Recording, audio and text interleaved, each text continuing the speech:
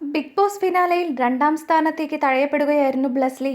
ഇപ്പോഴിതാ ബ്ലെസ്ലിക്ക് കിരീടം നഷ്ടമാവാനുള്ള കാരണങ്ങളെക്കുറിച്ച് പറയുകയാണ് ഒരു ആരാധിക. സോഷ്യൽ മീഡിയയിൽ പങ്കുവച്ച കുറിപ്പിലൂടെയാണ് കാരണങ്ങൾ നിരത്തിയത്. കുറിപ്പിന്റെ പൂർണ്ണ രൂപം ഇങ്ങനെ: ഒട്ടേറെ ആരാധകരുണ്ടായിട്ടും ബ്ലെസ്ലിക്ക് വിജയിക്കാൻ കഴിയാതിരുന്നതിന്റെ പ്രധാന കാരണം ബ്ലെസ്ലി തന്നെ വരുത്തിവെച്ച വിനകളാണ്. ഒന്നാം സ്ഥാനം ലഭിക്കേണ്ടിയിരുന്ന ബ്ലെസ്ലിക്ക് അത് നഷ്ടപ്പെടുത്തിയതിൽ പ്രധാന പങ്ക് ലക്ഷ്മിപ്രിയയ്ക്ക് തന്നെ. അവസാന ആഴ്ചകളിൽ ആവശ്യമില്ലാതെ ലക്ഷ്മിപ്രിയയുമായി വഴക്കുണ്ടാക്കുകയായിരുന്നു ബ്ലെസ്ലി.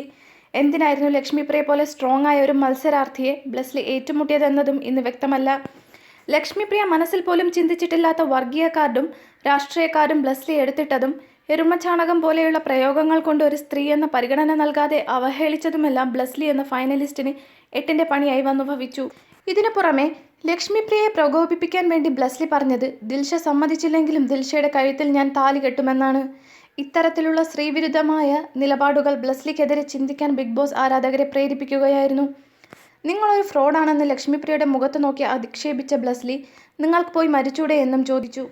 തനിക്ക് ഈ വീട്ടിലെ ആരോടും സോറി പറയാനില്ല എന്ന് പറഞ്ഞ ബ്ലെസ്ലി പിന്നീട് ലക്ഷ്മിപ്രിയയോടും ദിൽഷയോടും റിയാസിനോടും സോറി പറയുന്നതും പ്രേക്ഷകർ കണ്ടു. പുരുഷധനമെന്ന പേരിൽ ബ്ലെസ്ലി കൊണ്ടുവന്നത് അനാവശ്യമായ കണ്ടന്റായിരുന്നു.